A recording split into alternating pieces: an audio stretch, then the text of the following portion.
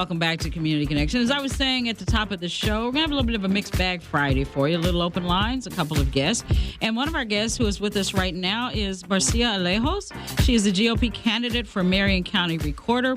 And I hope I pronounced your name correctly. It's either Barcia or Barcia. Which one is it? It's actually neither, Tina. It's Barcia. It's like Marcia, but with a B. So Barcia. Okay. Well, hey, I'm zero for.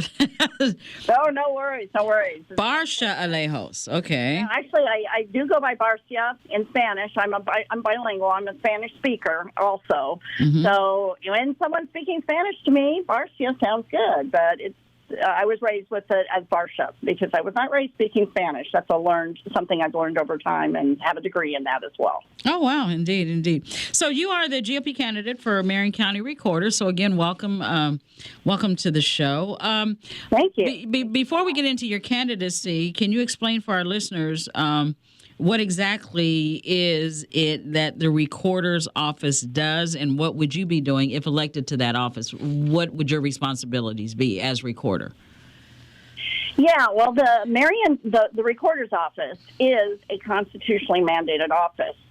It is constitutionally mandated to protect property rights, mm-hmm. and there are other things that the Marion County recorder's office does, as well as documentation related to property rights. But I would say that is by far and above the majority of it. So it handles other things like. It handles military discharges, ancestral documents, things like that as well. But it is primarily responsible for documents related to property. So part of the reason I chose this office to run for is because I think that property rights are so important.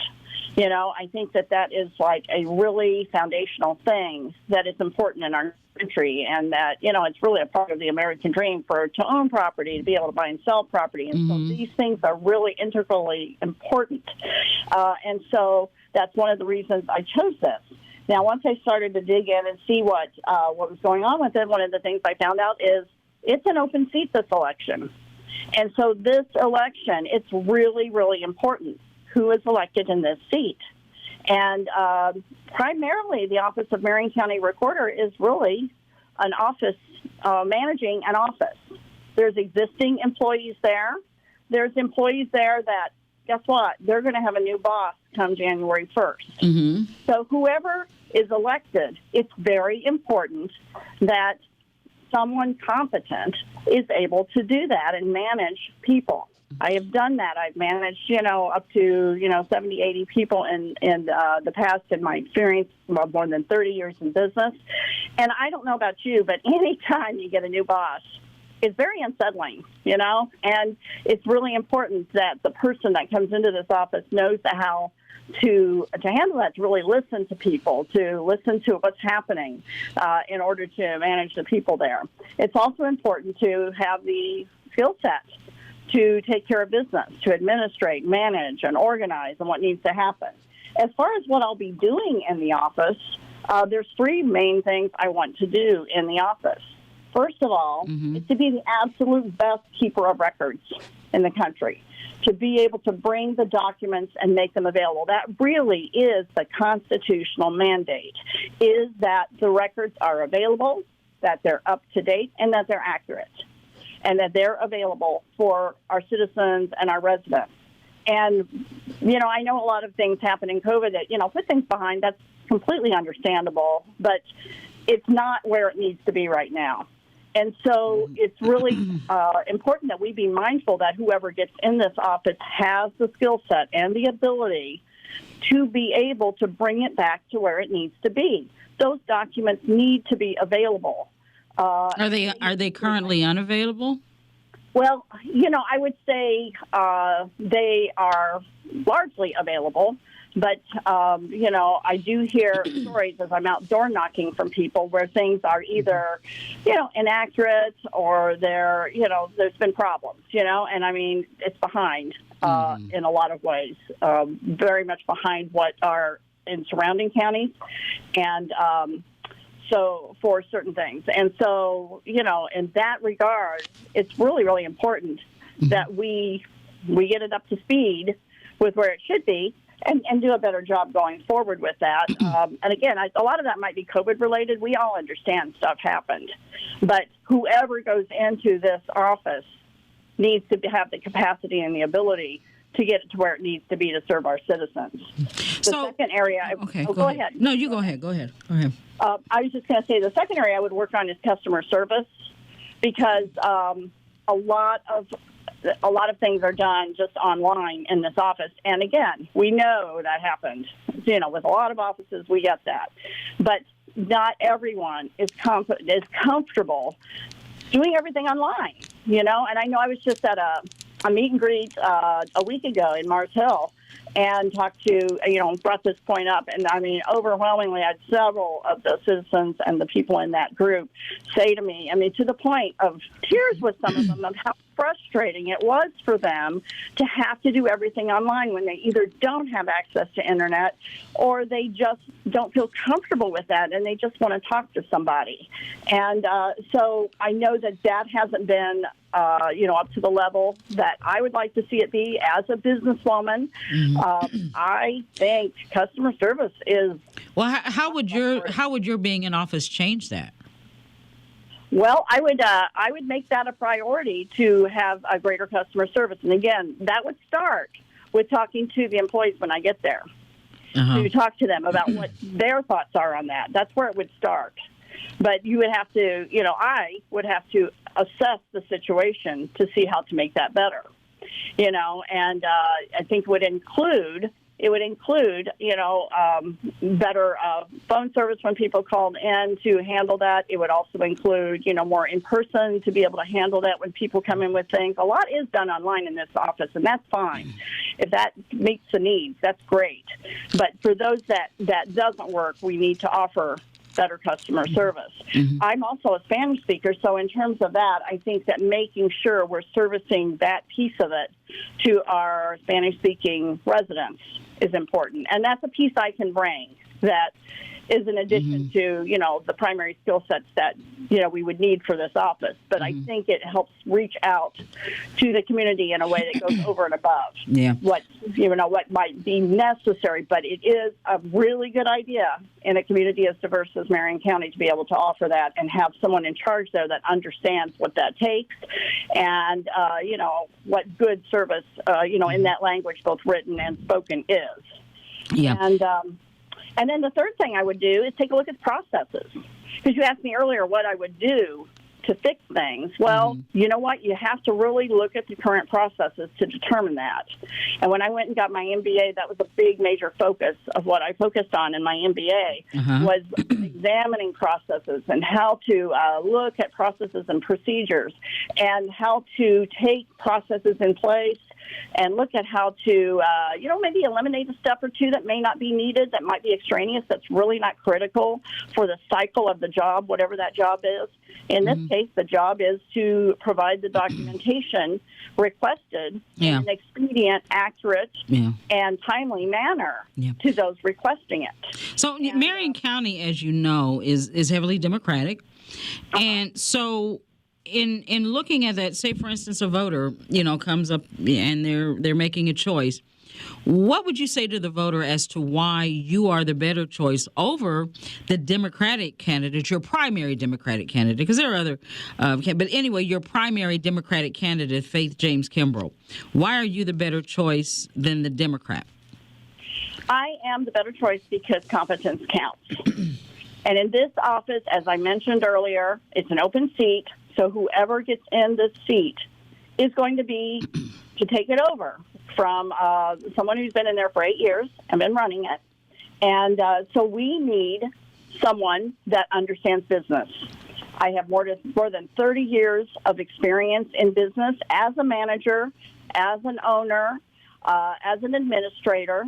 I have been doing this since I've been in business since days in. I started out in the Peace Corps, believe it or not, as a small business extensionist, teaching business practices to people of the Dominican Republic. And that's part of the way that I became fluent in Spanish. And in doing that, you have to go down to the, to the most basic levels of teaching business practices. And I did that and came back, and I've been working in, some corporate America as well as private America. My business currently is, a minority and veteran-owned business.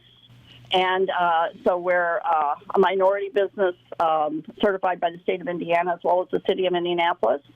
So, I have got extensive experience in business. But have you ever held political office before? No, I haven't held political office before. And so your foray into this right now is because of what? I'm so glad you asked that, Tina. For me, this is really something of a calling, I would say. I did not grow up in politics. Politics is something that has never been important, for me and the family I grew up in. I'm a preacher's kid, and so this is not something that was even on my radar screen. But, what I am is a double Blue Star mom. I have one son that two of my sons went directly out of high school to serve their country when they were accepted into the United States Naval Academy in Annapolis, and then another one in West Point. Right. And so I have two sons actively serving now, and so they are giving everything for their country. And so for me, as I said, I've been in business all these years. It hasn't even crossed my mind to serve, to go into politics. So are you a lifelong Republican? Are you a lifelong Republican? I would say no, I am not. Honestly, that changed for me when I was in the Peace Corps, strangely enough, because I started to see how we can help people, that adage of, helping people learn to fish instead of giving them a fish kind of thing. Yeah. And that's what my job was as a small business extensionist. I was also featured in a book called What You Can Do for Your Country, in which my tales of working with the Peace Corps and with the groups I worked with in the Peace Corps are enumerated in there. And so I kind of talked about that a little bit on one of the videos on my YouTube channel. If anybody wants to look that up. It was very pivotal for me, and very pivotal for me in my service. But for me, because I started to see things in my community, and it started to make me, I'm going back to my sons serving, that it started to make me look at what was happening in my own community. And I'm like, you know what? I feel like I need to do something to give back. I need to do something to give back and serve. They're giving everything they can right now, and I need to. And so I started to look at what are my God-given gifts. What are the things God gave me? Well, you know what? My talents are in business. And so someone suggested to me, I guess about a year ago, some of the offices in the county government that need someone with a strong business background. And I gravitated almost immhaving to this one once I started to look at it because of that property rights issue. Because, I just feel so strongly that having the ability to own your home, having the ability to transact and everything is really a part of the American dream. And, my husband is a naturalized citizen. He came here as a child from Central America with his family to make Indianapolis their home. And so that also impacts me because I see that, he coming from Central America and coming here to make Indianapolis his home and realizing his own American dream through his success as a small business owner and as a pillar in the local Latino community, that, he can achieve that. And so for me, to see that and how important the ability to own your home, to build your family, to build your life is for everybody. And, it's been just so gratifying, I have to tell you, that part of the best part being involved in this campaign has been being able to visit all these communities and get out there. And yes, I was involved in a lot of things already, which were great. But I've made such an effort to do even more of that because this is an office for all of Marion County. So would you consider yourself a MAGA Republican? Because I know you said you had a conversion when you were in the Peace Corps. MAGA Republicanism, as you know, is a little separate from mainstream Republicanism in certain ways. How would you? Where do you fall along those lines? Well, you know what? I just feel like that's one of the things that's been so gratifying as I've been traveling around and meeting all these communities is we all want the same things. We want to help our community. And for me, that is what this is. This is about me giving back to my community. And that is what I care about. Yeah, but you're giving back. You see, there's parties, right? And so they're separate parties. So I guess I just want to see, how do you identify yourself? Are you a MAGA Republican, or are you that's my question. I don't like to label myself in any way other than being a strong Christian that believes in smaller government and being able to help people in the ways that we can do that. Very much, through our church, through our communities. So let me ask you. Okay, maybe I can find out where you line up. Guns, Second Amendment. Any thoughts on that? Well, I am running for Marion County Recorder, and so in terms of Marion County Recorder, that is something that, is something on the county level. The gun issue is, I would be running for assembly, General Assembly, if that were. Yeah, but as a member of a party that you are aligned with, there are certain things that party stands for as of right now that it represents. That's all. I was just curious. Anyway, we have a couple of callers that are wanting to ask you a couple of quick questions before we have to let you go. Okay. William, go ahead. You have a question for the candidate. How you doing, Miss Tina? I'm doing well. How are you? I am going to be brief with that. You said that you never ran for an office before. Mm-hmm. What makes you think you are more qualified than the person who has established himself in an office, taking care of the problem of the community, and that have the confidence of the community? What I wanted to find out, if you would be willing to tell the public that you are committed to make changes in the area of the office that you are running for. Marion County Recorder. Marion County Recorder. Mm-hmm. Are you willing to commit to making changes in that particular office and extend that commitment to assisting the rest of the people within the community, Republican or Democrat? Okay, thank you, William. And again, William is asking this of our guest, who is Barcia Alejos. She's a GOP candidate for Marion County Recorder. Candidate Alejos, go ahead. Okay, so I didn't hear the second part of your question really well, William, but I'm going to jump in on the first part first, okay?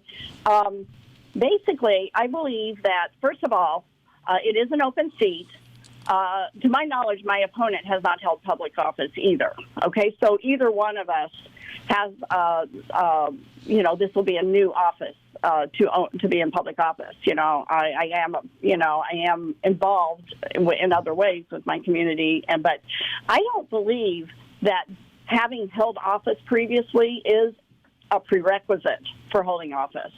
I think that the competence is the most important aspect of this. This particular office, and this is one of the main reasons I ran for it, is I feel a great comfort level in running for this office because this is essentially a business running business office. Okay. And as a businesswoman, I feel competent for that, and I think competence counts. Next question. Joe, go ahead. You have a question for the candidate? Yeah, Tina, two quick questions. One was you asked her a question about being a MAGA, whether or not she was or supported being a MAGA Republican. The question wasn't answered. Mm-hmm. And the other thing is she made a comment about things that she had seen in her community. Number one, what community do you live in? And can you tell us what those things were that you saw that changed your mind and made you feel that you needed to run? And that's it. Okay, thank you, Joe. Okay, so I'm going to jump in on the things I've seen. I just, I'm very concerned about the communities not coming together, and over the past couple of years, there's just been so much divisiveness that I believe that we need to come together to all, make our city better, to make our community better. Mm-hmm. I don't think that's a party issue. I don't think that's an issue that we're not all on the same side with. As I've visited, the Hispanic churches I've visited plenty of a number of churches that are primarily African American churches over the past months. And so in doing that, that's something, and in visiting all the different communities I've been to during this campaign, I just think we all want the same things. We want to have a peaceful community. We want to be able to raise our family in peace. We want to be able to prosper in a peaceful community. Right. And I think that we all want to, be able to do that and just make our community a safer, more harmonious place to live. Safe, as you were saying, back to the point you were making, though, as far as the recorder's office, safety is not one of the issues either. Correct. Like when we're talking about guns or anything else, so we're not necessarily talking about safety. I think the MAGA question is one more philosophically than it is anything else. But let's go to our next guest. Lisa, go ahead. Yes, I would like for the listening audience to be aware that the recorder's office has to do with your home and your deeds. Mm-hmm, mm-hmm. This woman is talking about running for office where if your deeds are affected, you will lose your home. Now, you also are running against Faith Kimbrough, which Faith Kimbrough has been doing that job and is doing that job now. So where you're coming from, your party is the insurrectionist party. So people need to be careful by you getting on the airwaves and claiming that you're going to do the things that you do. I'm sorry, I don't believe it.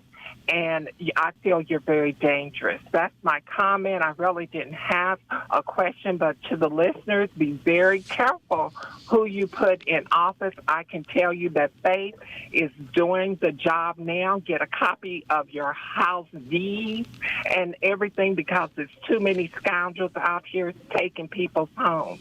Not to frighten anyone, just be on top of that. That's my comment. Thank you so much. Well, thank you for that comment. I have to say it's the first time I've been called dangerous, but I do respect your opinion. I just want everybody to know I'm an option for you to look at, and I do believe competence counts, and that I can offer that for this office. This office is primarily a business office, and I think we all should really think about how important it is that someone competent is in there that can handle the rigors and the demands of this office. Because just think for a minute, if you were trying to transact, a purchase or a sale of a home, I actually had someone that when I was knocking on doors tell me that this happened to her, that she did not. Her husband, passed away during COVID, and she's a single mom with a daughter, and she was looking to be able to, she had an offer for her home, and she needed to consider that offer for her home to put her daughter through college. And when she went to do that, things were inaccurate on the documentation, and she ended up, it took her 8 months to get this sorted out and had to involve an attorney. So in terms of, just the reason I say competence counts is because that's what this is about. This is about who can competently take care of this office to make sure those things happen for you all, for all the citizens of Marion County and all the residents, not to have an interruption of your life towards that safety and prosperity we talked about. You're absolutely right, Tina. The office itself does not impact that directly, but I think it does contribute to the prosperity and the wellness of the community. Indeed. Barcia Alejos, GOP candidate for Marion County Recorder, thank you for spending your time with us and answering questions. We have about 30 seconds before we have to go. Any final thoughts that you wanted to share? Because what callers have expressed a concern about is a matter of trust, and that's going to be difficult. Like I said, Marion County is primarily Democratic, and you're running under as a Republican. And so there's going to be some trust issues to overcome. So, within the next 30 seconds or so, what is it that you can say that maybe you can to address the trust issues that people obviously are having? Absolutely. Thank you, Tina. That's one of the reasons I wanted so much to come on your show. I recognize that. I recognize that there is a big chasm in our community. And that as you said, there's a trust issue. But this to me isn't about, whether there's an R by my name or a D by my name. It is about service and competence to our community, okay? That's what it's about for me. And I just want your listeners to consider me as an option and to take a look. Take a look at my website. It's www.alejosforindiana with FOR, Indiana.com. And, if you just consider me, it would be my honor to serve as your next Marion County Recorder. And I promise you, I am there for everybody. And I am very, very honored that you allowed me to speak to your listeners today, Tina. Thank you for coming on and sitting in and talking to everyone, because that's what it's all about. People need to know. Yeah, and again, thank you very much. Barcia Alejos, GOP candidate for Marion County Recorder. Good luck to you. Thank you, Tina. All righty, thank you. Bye-bye. And we'll be back with more Community Connection right after this.